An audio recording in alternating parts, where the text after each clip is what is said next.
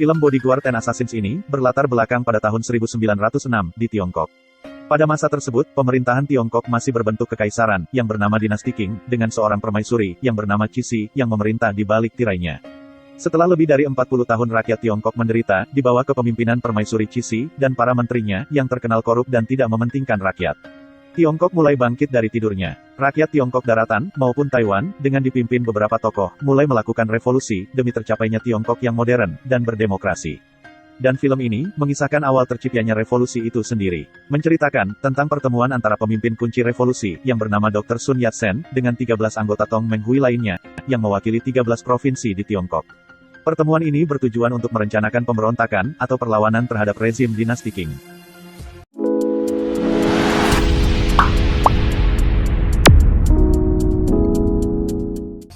Film ini dimulai dengan sebuah insiden di Hong Kong pada tahun 1901, insiden tewasnya seorang pemimpin aliansi kebangkitan Tiongkok yang bernama Dr. Yang Kuyun. Yang Kuyun yang seorang guru perguruan tinggi, politisi, dan penyeru revolusi. Dibunuh oleh seorang asasin atau pembunuh yang bernama Yan Xiaoguo yang diutus oleh Dinasti Qing di hadapan semua muridnya. Pada masa tersebut, Hong Kong yang masih koloni kerajaan Inggris adalah tempat bernaung bagi para politikus yang terasing dan para revolusioner. Dan pembunuhan Dr. Yang Kuyun adalah pembunuhan politikus pertama di Hong Kong yang tercatat dalam sejarah. Setelah pembunuhan tersebut, Hong Kong pun memasuki masa kegelapannya. Adegan berpindah ke 5 tahun setelah insiden tersebut. Permaisuri Cixi yang berada di Forbidden City, Beijing, menerima informasi bahwa Dr. Sun Yat-sen akan melakukan perjalanan dari Tokyo menuju Hong Kong dan akan mengadakan pertemuan rahasia dengan anggota Tong Meng Hui lainnya di Hong Kong, Taiwan. Menanggapi informasi tersebut, permaisuri mengutus sekelompok pembunuh bayaran yang dipimpin oleh Yan Xiaoguo. Pembunuh yang sama, yang membunuh Dr. Yang Kuyun, untuk membunuh Dr. Sun Yat-sen, setibanya Dr. Sun Yat-sen di Hong Kong. Adegan berpindah ke Yan Xiaoguo dan beberapa anak buahnya, yang terlihat sudah memasuki Hong Kong, Taiwan. Di sana mereka menemui salah satu informan mereka, yang bernama Shen Chongyang. Seorang polisi Hong Kong, yang gemar sekali berjudi. Dan untuk membiayai kebiasaan buruknya ini, Chongyang kerap kali menerima pekerjaan dari kelompok pembunuh bayaran, untuk memata-matai kelompok revolusi, dan orang-orang yang terkait dengan pergerakan revolusi. Dan kali ini, Chongyang diminta untuk mencari keberadaan seorang anggota revolusi, yang bernama Chen Shaobai. Yang mana diketahui, Shaobai ini, orang yang akan mengatur pertemuan antara Dr. Sun Yat-sen, dengan 13 anggota Tong Meng Hui lainnya. Adegan berpindah ke Chongyang, yang membuntuti Shaobai, yang tengah dalam perjalanan, menuju kediaman seorang pengusaha ternama, yang bernama Li Yutang. Diketahui Yutang, sedang mengadakan pesta, untuk merayakan keberhasilan anak lelakinya, yang bernama Li Chongguang, yang diketahui baru saja lolos seleksi masuk, sebuah perguruan tinggi di Amerika. Bukan hanya para pengusaha, pejabat, dan orang-orang penting di Hong Kong, yang diundang oleh Yutang ke perayaannya. Masyarakat biasa pun ikut bersuka cita, di acara tersebut. Mereka yang berada di bawah garis kemiskinan, mengantri untuk mendapatkan beras gratis, dari Yutang. Maka dari itu, sosok Li Yutang, dihormati oleh berbagai kalangan masyarakat Hong Kong, baik kalangan atas, maupun kalangan bawah. Di adegan ini pun, kita bisa melihat pertemuan dua tokoh, yang mempunyai peranan penting di film ini nantinya. Pertemuan antara Asi, dan Wang Fuming. Adegan berpindah ke Chen Shaobai, yang memberikan hadiah kepada Li Chongguang, atas prestasi yang Chongguang capai. Tidak berselang lama, Li Yutang yang melihat kehadiran Shaobai, menghampiri Shaobai, dan mengajak Shaobai untuk berbicara di tempat lain. Kedatangan Shaobai ke tempat Yutang, bukan hanya untuk menghadiri pesta, yang digelar oleh Yutang. Shaobai meminta bantuan dana sebesar 3.000 dolar Hong Kong, kepada Yutang, untuk biaya persiapan, pertemuan antara Dr. Sun Yat-sen, dengan 13 anggota Tong Meng Hui, yang mewakili 13 provinsi di Tiongkok. Diketahuilah, bahwa Li Yutang ini adalah salah satu donatur untuk pergerakan revolusi tersebut. Namun tanpa Shaobai, dan Yutang sadari, percakapan mereka telah disadap oleh Shen Chongyang, yang bersembunyi tidak jauh dari tempat Shaobai, dan Yutang berada. Tidak berselang lama, keberadaan Chongyang diketahui oleh istri mudanya Yutang, yang bernama Yue Tiu. Ada yang tidak biasa, ketika pandangan mereka berdua bertemu. Chongyang pun bergegas pergi dari tempat tersebut, dengan meloncat keluar dari salah satu jendela, yang berada di kamar anak perempuannya Yue Tiu. Adegan berpindah ke Chen Shaobai yang pergi ke sebuah teater, sepulangnya ia dari tempat Li Yutang. Dan Shen Chongyang terlihat masih membuntuti Shaobai. Di dalam teater tersebut, Shaobai bertemu dengan seorang bekas jenderal dinasti Qing, yang bernama Fang Tian. Diketahui, bahwasanya, Fang Tian bersama seluruh pengikutnya, yang berasal dari provinsi Tianjin, telah lama hidup dalam pelarian. Dikarenakan, pemberontakan yang mereka lakukan, terhadap dinasti Qing. Jika sebelumnya, Shaobai meminta bantuan finansial kepada Yutang.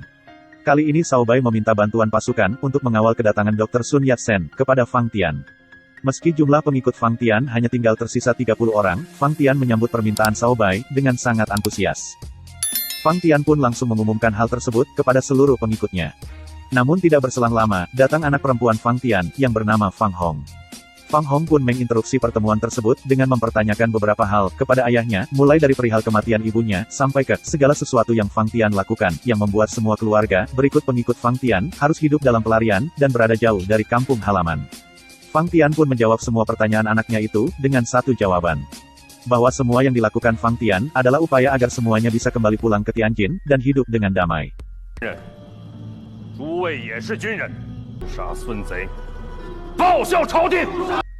Adegan berpindah ke Shen Chongyang, yang sedang menukar sejumlah informasi tentang Chen Xiaobai, dengan sejumlah uang yang ia terima dari salah satu tangan kanannya Yan Xiaoguo.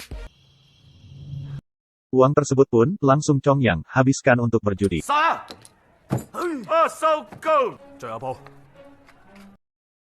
Adegan berpindah ke Li Yutang yang diantar Asi menggunakan angkong. Asi mengantar Yutang melakukan rutinitas hariannya, yaitu mengelilingi kota. Tanpa menghentikan angkongnya, Asi memberikan sekeping uang logam yang Asi dapat dari Yutang kepada seorang pengemis. Diketahui, pengemis tersebut bernama Liu Yubai, dan Liu Yubai ini adalah salah satu tokoh yang mempunyai peranan penting di film ini nantinya. Tidak berselang lama, Asi menghentikan laju angkongnya, dikarenakan di depannya sedang terjadi kerusuhan. Diketahui, kepolisian Hong Kong sedang menertibkan kerumunan anggota revolusioner yang sedang berorasi dan meminta sumbangan. Li Yutang, yang melihat Li Chongguang, juga ikut berorasi dengan para revolusioner, menerobos kerumunan, dan menghentikan apa yang sedang anaknya lakukan. Yutang memaksa anaknya untuk ikut pulang bersamanya, namun Chongguang bersikeras menolaknya. Yutang pun berniat memukul Chongguang, menggunakan tongkat miliknya, namun dengan sigap, Asi menghalanginya, hingga pada akhirnya Asilah yang harus kena pukul. Dengan marah Chongguang pun meninggalkan tempat tersebut. Adegan berpindah ke Li Yutang, yang menjambangi kediaman Chen Xiaobai. Dengan marah, Yutang menyalahkan Xiaobai, perihal Li Chongguang, yang mengikuti kegiatan revolusi. Menurutnya Xiaobai lah yang bertanggung jawab atas pemahaman revolusi, yang sekarang merasuki Chongguang. Yutang tidak mau anak lelakinya, yang hanya satu-satunya itu, terancam bahaya, hanya karena menjadi seorang revolusioner. Karena seperti yang ia dan Xiaobai tahu, dengan rencana kedatangan Dr. Sun Yat-sen ke Hong Kong, semua revolusioner sedang dalam bahaya. Dikarenakan dinasti Qing akan mengutus para pembunuhnya untuk membunuh Dr. Sun Yat-sen dan menghentikan pergerakan revolusi. Sebelum Yutang pulang, ia kembali mengingatkan kepada Xiaobai untuk tidak melibatkan Chongguang dalam kegiatan revolusi, meski Chongguang sendiri yang memintanya. Adegan berpindah, kedua orang anak buah Yan Xiaoguo, yang meminta Shen Chongyang untuk mengatur, agar nanti malam tidak ada polisi Hong Kong yang berpatroli, atau berjaga, di dekat gedung teater tempat Fang Tian, dan pengikutnya bersembunyi.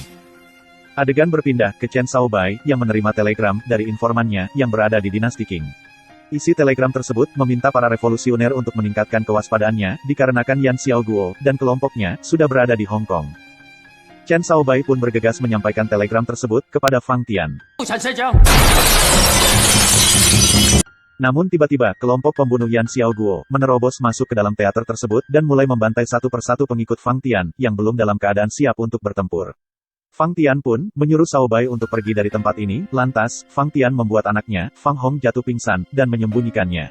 Semua pengikut Fang Tian pun dibantai habis, dan hanya tersisa Fang Tian, seorang diri saja.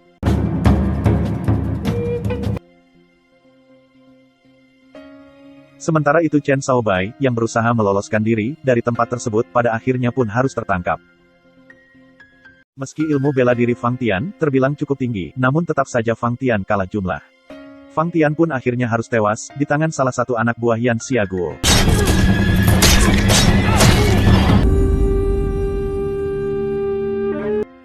Adegan berpindah, ke Fang Hong yang sudah sadarkan diri, dari pingsannya. Fang Hong pun harus menelan pahitnya kenyataan. Ayah, saudara, kerabat, dan semua pengikut ayahnya, semuanya tewas, dibantai kelompok pembunuh Yan Xiaoguo.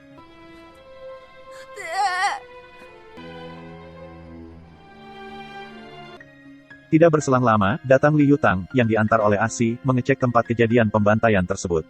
Li Yutang khawatir, kalau Chen Xiaobai pun ikut jadi korban pembantaian tersebut.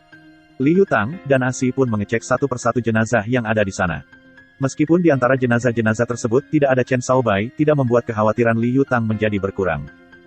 Liu Tang pun pergi ke tempat percetakan surat kabar miliknya, yang selama ini dikelola oleh Chen Shaobai, berharap menemukan petunjuk atas hilangnya Chen Shaobai. Keesokan paginya, Liu Tang yang tertidur di meja kerja Chen Shaobai, dibangunkan oleh seorang polisi Hong Kong, yang menyuruh Liu Tang, dan semua orang yang berada di tempat percetakan tersebut, untuk keluar, dan mengosongkan tempat tersebut. Diketahui kepolisian Hong Kong, mengambil inisiatif untuk menyegel tempat percetakan tersebut, dan menghentikan peredaran surat kabarnya. Langkah tersebut diambil, karena surat kabar yang terus memberitakan soal revolusi, dan kedatangan Dr. Sun Yat-sen, dianggap memicu peta konflik di Hong Kong. Liu Tang yang tidak kenal menyerah, tanpa melakukan perlawanan terlebih dahulu, membuat pagar betis bersama orang-orangnya yang bekerja di tempat percetakan tersebut, mencoba menghentikan polisi Hong Kong, yang akan menyegel tempatnya. Tidak berselang lama datang kepala kepolisian Hong Kong, yang bernama Smith. Smith mencoba memberikan pengertian kepada Liu Tang, dengan mengatakan bahwa ini adalah titah dari kerajaan Inggris. Hal tersebut pun diputuskan tanpa adanya keberpihakan pemerintah Inggris baik kepada dinasti Qing, maupun ke aliansi revolusioner Tiongkok, semata-mata hanya menjaga keamanan Hong Kong, yang notabene wilayah teritorial kerajaan Inggris. Tanpa terlihat takut sedikit pun, Liu Tang terus mendebat apa yang coba Smith sampaikan kepadanya. Masyarakat Hong Kong yang menjadikan prosesi ini ajang tontonan, terlihat sesekali bersorak-sorai mendukung keteguhan Liu Tang.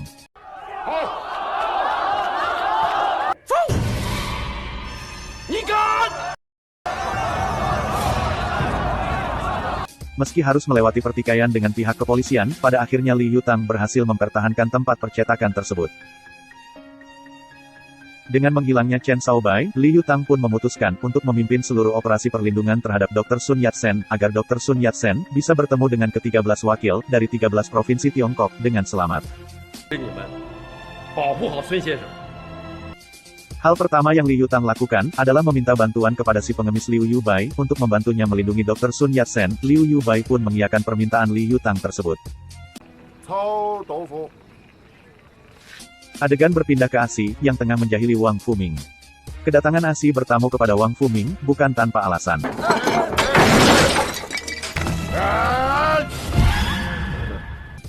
Asi mengantar Liu Tang, untuk meminta bantuan kepada Wang Fuming. Wang Fuming yang diminta untuk memperkuat pasukan pengawal Dr. Sun Yat-sen pun, dengan antusias mengiyakan permintaan Liu Tang. Sepulangnya dari tempat Wang Fuming, Asi meminta izin kepada tuannya Liu Tang, untuk bergabung dengan operasi penyambutan Dr. Sun Yat-sen. Setelah mengingatkan Asi akan bahaya dari operasi tersebut, Liu Tang pun memperbolehkan Asi untuk bergabung di operasi tersebut. Asi pun meminta satu permintaan lagi kepada tuannya. Asi meminta tuannya itu, untuk mengantarnya melamar seorang gadis yang sudah lama Asi sukai. Tanpa pikir panjang, Liu Tang pun mengiyakan permintaan kedua Asi ini, dan dengan diantar oleh Liu Tang, Asi pun tanpa kesulitan berhasil melamar gadis yang Asi maksudkan.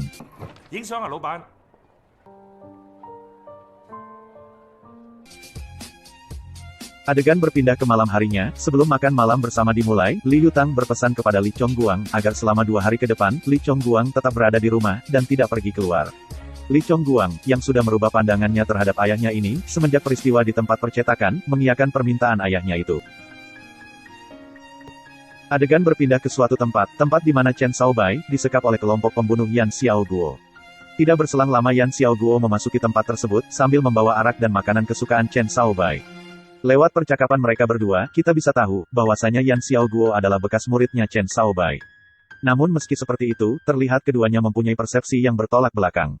Yan Xiaoguo pun mengakhiri pertemuan tersebut, dengan memberi hormat kepada Chen Shaobai, dan pergi meninggalkan tempat tersebut. Adegan berpindah ke Fang Hong, yang mendatangi kediaman Liu Tang.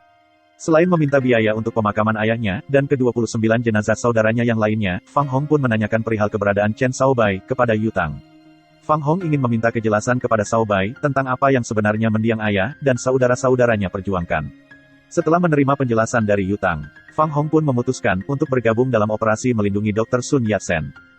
Adegan berpindah ke Liu Tang, yang sedang menyusun strategi, operasi perlindungan terhadap Dr. Sun Yat-sen, yang diketahui akan tiba esok hari. Di tengah pemaparan yang dilakukan Liu Tang, datang Asi, yang membawa seluruh penarik becak angkong bersamanya. Diketahui, mereka juga akan ikut membantu operasi perlindungan tersebut, secara sukarela.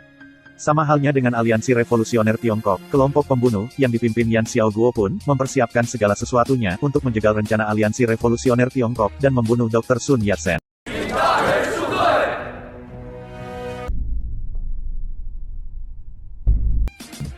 Adegan berpindah ke Chen Shaobai yang melukai dirinya sendiri, untuk mengelabui orang yang ditugaskan menjaga dirinya, oleh Yan Xiaoguo. Shaobai pun berhasil kabur, dari tempat di mana ia disekap selama ini. Adegan berpindah ke Li Yutang, yang menerima sebuah paket kiriman dari Smith, si kepala kepolisian. Dan isi dari paket tersebut adalah sepucuk senjata api, yang ditujukan agar Yutang bisa menjaga dirinya di misi yang akan dilakukannya esok hari. Meskipun Smith terikat oleh tugasnya sebagai kepala kepolisian, yang mana di bawah perintah dari pemerintahan Inggris, namun Smith tetap khawatir akan keselamatan Yutang, yang mana sudah lama menjadi teman baiknya. Adegan berpindah ke Yue Tiu, yang mendatangi kediaman Shen Chongyang. Yue Tiu meminta Chongyang untuk melindungi suaminya, yang tidak lain adalah Li Yutang, saat Yutang memimpin operasi untuk melindungi Dr. Sun Yat-sen esok hari. Dengan marah Shen Chongyang menolak permintaan Yue Tiu, dan mengusir Yue Tiu dari rumahnya.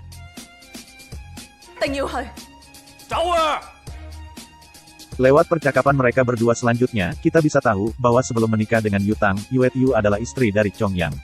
Namun Yue Tiu memilih meninggalkan Chongyang, dan menikah dengan Yutang, dikarenakan tabiat Chongyang, yang gemar sekali berjudi, tidak kunjung berubah. Yue Tiu pun mengungkapkan sesuatu hal, yang bahkan Chongyang sendiri pun tidak mengetahuinya. Pada saat Yue Tiu meninggalkan Chongyang, Yue Tiu sedang dalam keadaan mengandung, dan anak perempuan yang sempat Chongyang temui, saat ia keluar dari kediamannya Yutang, setelah memata-matai Chen Shaobai, adalah anak yang Yue Tiu maksud. Dan anak tersebut adalah darah daging dari Chongyang. Dan jika Chongyang bersedia mengabulkan permintaan Yue Tiu untuk melindungi Yutang, saat kelak anak tersebut dewasa, Yue Tiu akan memberitahukan kepada anak tersebut siapa ayah dia yang sebenarnya.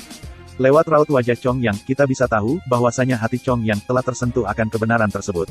Dan pastinya, saat esok hari Dr. Sun Yat-sen datang ke Hong Kong, Shen Chongyang akan ikut berperan sebagai salah satu pengawal Dr. Sun Yat-sen. Adegan berpindah ke Shen Chongyang, yang sedang berjalan pulang kembali ke rumahnya, seusai pertemuannya dengan mantan istri, dan anaknya. Di tengah jalan, Chongyang dihentikan oleh salah satu tangan kanannya Yan Xiaoguo, yang meminta Chongyang untuk mencuri beberapa senjata api, dari kantor polisi, tempat Chongyang bekerja. Alih-alih menerima pekerjaan tersebut, Chongyang, dengan brutal malah membunuh tangan kanannya Yan Xiaoguo tersebut. Adegan berpindah ke Li Yutang yang baru saja kembali ke kediamannya, kedatangan Chen Shaobai, yang dalam keadaan terluka. Setelah diobati lukanya oleh Yutang, Shaobai mengatakan bahwa rencana esok hari, harus ada perubahan. Shaobai berencana untuk mengelabui kelompok pembunuh, dengan menggunakan seseorang, yang akan berpura-pura menjadi Sun Yat-sen, dan ikut dalam iring-iringan, yang akan dijaga ketat oleh para anggota revolusioner, dan relawan pengawal yang sudah Li Yutang kumpulkan. Sementara para kelompok pembunuh terfokus pada iring-iringan itu nantinya, Sun Yat-sen sendiri akan dilarikan ke sebuah tempat rahasia, di mana ke-13 anggota Tong Menghui akan menunggu Sun Yat-sen di tempat tersebut.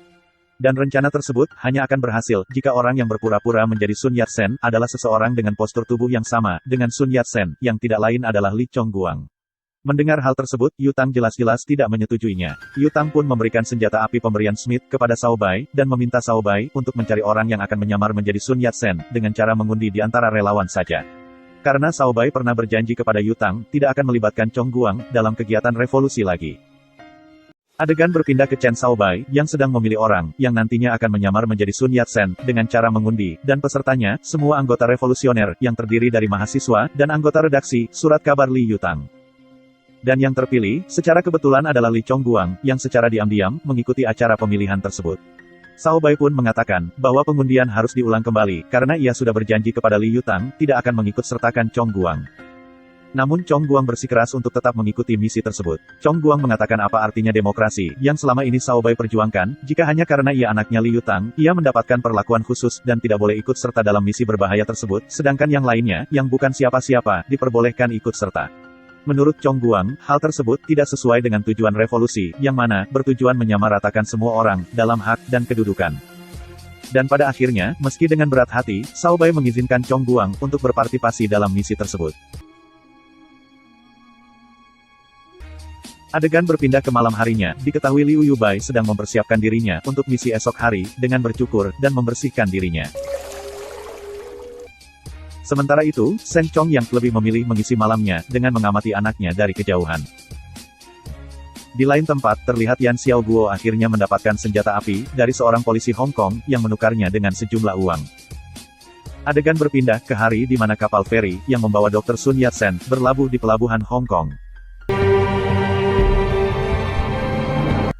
Hari yang dinanti-nanti oleh semua aliansi revolusioner Tiongkok pun akhirnya tiba. Selain Chen Shaobai, dan beberapa anggota revolusioner, yang secara terang-terangan, menunggu kedatangan Dr. Sun Yat-sen di pelabuhan, para pengawal, dan relawan lainnya pun, sudah bersiap di posisinya masing-masing. Begitu juga halnya dengan polisi Hong Kong, yang dipimpin oleh Smith langsung, terlihat berada di sekitaran pelabuhan, berjaga-jaga, jikalau kericuhan terjadi di wilayah Hong Kong, yang masih masuk ke teritorial kerajaan Inggris. Adegan berpindah ke Dr. Sun Yat-sen, yang ditemani beberapa pengawal pribadinya, berlabuh di dermaga Hong Kong, dengan menggunakan perahu kecil. Setelah menyambutnya dengan pelukan, Chen Shaobai langsung menaikkan Sun Yat-sen, ke atas becak angkong, yang disupiri oleh Asi. Rombongan becak angkong pun, berjalan beriringan di jalan perkotaan Hong Kong, yang penuh sesak, dengan segala aktivitas harian masyarakatnya. Tidak berselang lama, dari lantai atas gedung-gedung bertingkat yang berderet di sepanjang jalan, muncul beberapa orang, dari kelompok pembunuh Yan Xiaoguo, yang sudah bersiap dengan panah crossbow-nya. Kericuhan pun dimulai, dengan salah satu relawan, yang melihat kemunculan kelompok pembunuh Yan Xiaoguo, dilempar dari atas gedung bertingkat, karena mencoba memberi kode tanda bahaya, kepada iring-iringan becak angkong, yang berada di bawahnya. Kelompok pembunuh Yan Xiaoguo pun, memulai upaya pembunuhannya kepada Sun Yat-sen, dengan melepaskan ratusan anak panah, ke arah iring-iringan becak angkong. Chen Shaobai pun, memerintahkan semua penarik becak, untuk tidak berhenti, dan melanjutkan perjalanan, melalui trotoar, atau gang untuk para pejalan kaki. Beberapa relawan yang lain, terlihat mencoba menghalau serangan anak panah tersebut, dengan menamengi iring-iringan, menggunakan karung beras. Sementara Wang Fuming, melumpuhkan para pemanah, dengan cara melemparkan beragam barang, dari arah bawah, Fang Hong lebih memilih menaiki gedung, dan menghadapi para pemanah tersebut, secara langsung. Namun tidak berselang lama, aksi Fang Hong diketahui oleh salah satu pihak musuh, yang langsung membidik ke arah Fang Hong. Namun dari arah atas si pemanah tersebut, datang Shen Chongyang, yang langsung menggagalkan si pemanah, yang akan menembak Fang Hong. Chongyang, Fuming, dan Fang Hong pun, melumpuhkan satu persatu pemanah yang masih tersisa. Terlihat korban mulai berjatuhan, dari kedua belah pihak. Tidak berselang lama, Fuming pun dikeroyok oleh kelompok pembunuh Yan Xiaoguo, yang berada di bawah. Kelompok pembunuh tersebut, mencoba menumbangkan Fuming, dengan menghujamkan puluhan pisau, ke sekujur tubuh Fuming. Adegan berpindah ke Li Yutang yang akan pergi, memantau jalannya pengawalan terhadap Sun Yat-sen, menyadari bahwa Li Chongguang, tidak berada di rumah. Adegan kembali berpindah ke iring-iringan yang dihentikan oleh pementasan barongsai, yang secara kebetulan, digelar di tengah jalan. Melihat hal tersebut tidaklah wajar, Chen Shaobai memerintahkan iring-iringan, untuk terus berjalan menerobos pementasan tersebut. Dan benar saja, tidak berselang lama, iring-iringan kembali diserang oleh orang-orang yang mementaskan barongsai tersebut, dengan ditambah kelompok pembunuh lainnya, yang berdatangan dari arah atas iring-iringan tersebut. Satu persatu, para relawan yang mengawal iring-iringan tersebut pun dihabisi, namun tidak berselang lama, datang Fang Hong yang menyeimbangkan lagi keadaan, diikuti oleh Wang Fuming, yang ternyata masih bisa bertahan, setelah sebelumnya diserang habis-habisan oleh beberapa orang, dari kelompok pembunuh Yan Xiaoguo. Di adegan ini, Wang Fuming harus mengorbankan dirinya, agar untuk sementara waktu, iring-iringan becak angkong, bisa lepas dari para pembunuh, dan kembali melanjutkan perjalanannya.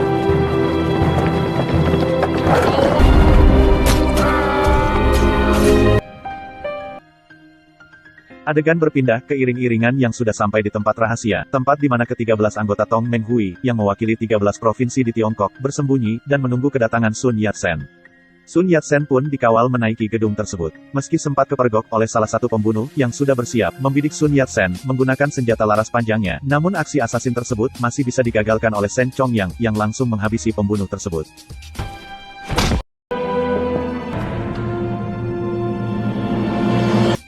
Adegan berpindah ke Li Chongguang, yang sedang bersiap untuk memainkan peran sebagai Dr. Sun Yat-sen, selanjutnya. Meski sempat bersitegang dengan Asi, yang tidak mau melanjutkan perjalanan iring-iringannya, jika Li Chongguang, yang berperan sebagai umpannya, namun rencana Shaobai tetap harus berjalan.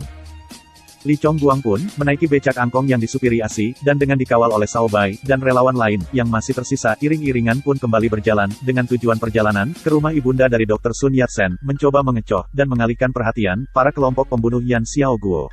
Terlihat jelas di wajah Asi, kekhawatiran yang mendalam, akan keselamatan Li Chongguang. Sambil terus berlari menarik becak angkong, terlihat sesekali Asi menundukkan wajahnya, menyembunyikan air matanya, yang sudah tidak terbendung lagi. Kepergian iring-iringan tersebut pun, diketahui oleh Li Yutang. Li Yutang pun langsung mengikuti iring-iringan tersebut, dengan Shen Chongyang, yang membuntutinya, untuk memastikan keamanan Li Yutang, sebagaimana kesepakatannya, dengan Yue Tiu. Adegan berpindah ke Fang Hong, yang berduel satu lawan satu, dengan salah satu pembunuh, dari kelompok pembunuh Yan Xiaoguo. Yang mana pembunuh ini, diketahui adalah orang yang membunuh ayahnya Fang Hong.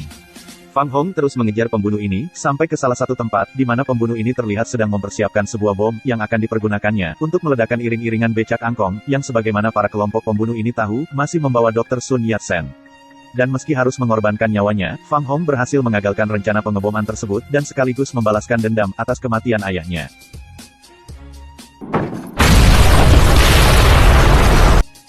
Tidak berselang lama, Li Yutang yang berhasil menyusul iring-iringan, langsung mengecek sumber ledakan tersebut. Tidak lama setelahnya, datang dua polisi Hong Kong, yang menduga orang-orang di iring-iringanlah yang melakukan pengeboman tersebut. Tidak berselang lama, datang seorang polisi lainnya, yang langsung menembak kedua polisi lainnya, yang tadi, datang lebih awal. Diketahui polisi ini, adalah polisi yang menjual senjata api kepada Yan Xiaoguo, dan kali ini polisi tersebut, akan mencoba menghabisi Sun Yat-sen, untuk hadiah yang dijanjikan oleh Yan Xiaoguo. Tapi seperti kita tahu, yang ada di dalam, salah satu becak angkong tersebut, tidak lain adalah Chong Guang. Namun, aksi si polisi korup tersebut, digagalkan oleh Shen Chongyang, yang menembaknya dengan senjata laras panjang. Dan tanpa orang-orang yang berada di bawah sadari, Yan Xiaoguo, berikut seluruh kelompok pembunuhnya, yang masih tersisa, sudah berada di atap gedung-gedung bertingkat di sana, dan sudah mengepung posisi kelompok aliansi revolusioner Tiongkok. Yan Xiaoguo, yang geram akan pengkhianatan Shen Chongyang, menyuruh salah satu tangan kanannya, untuk menghabisi Shen Chongyang. Orang ini, adalah orang yang sempat Chongyang pukuli habis-habisan, dan ternyata orang tersebut masih selamat, dan dalam keadaan hidup. Tidak berselang lama, datang Smith, beserta seluruh anggota kepolisian Hong Kongnya. Smith yang berpura-pura akan menahan Li Yutang, dan kelompok aliansi revolusioner Tiongkok lainnya, mengawal iring-iringan tersebut, agar lolos dari kepungan kelompok pembunuh Yan Xiaoguo, untuk sementara waktu. Smith pun mengatakan kepada Yutang, bahwa ia, dan seluruh anak buahnya, hanya bisa mengawal untuk 5 menit ke depan, karena setelahnya, ia harus mundur, atas perintah kerajaan Inggris. Karena menurut pemerintahan Inggris, masalah ini adalah masalah internal Tiongkok, dan kerajaan Inggris, tidak akan ikut campur lebih dalam lagi. Sementara itu, Dr. Sun Yat-sen, yang berada di tempat persembunyian, bersama anggota Tong Meng Hui lainnya, masih menyusun strategi, untuk melakukan pemberontakan kepada dinasti Qing, di kemudian hari. Adegan berpindah ke Shen Chongyang, yang pergi mendahului iring-iringan, harus berhadapan dengan tangan kanannya Yan Xiaoguo, yang terlihat sangat bernafsu, untuk menghabisi Shen Chongyang. Adegan pertarungan antara Chongyang, dengan orang ini, adalah adegan pertarungan paling dahsyat, dan paling lama di film ini.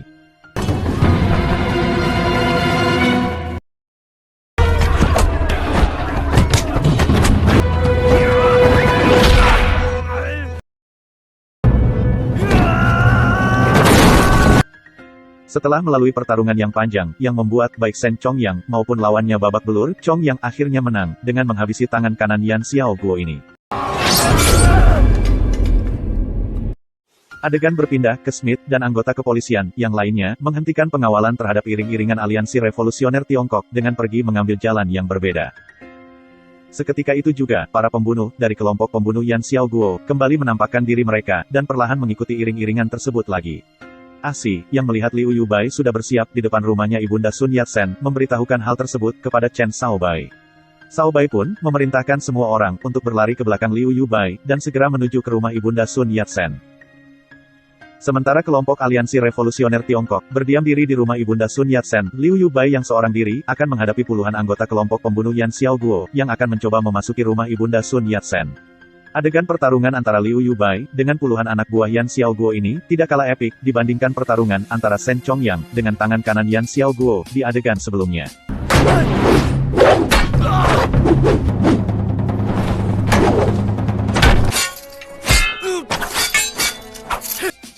Setelah dirasa waktu yang dihabiskan, di rumah Ibunda Sun Yat-sen, sudah cukup membantu mengulur waktu, Chen Shaobai membawa Li Chongguang, dan yang lainnya, pergi meninggalkan rumah Ibu Sun Yat-sen, melalui jalan bawah tanah.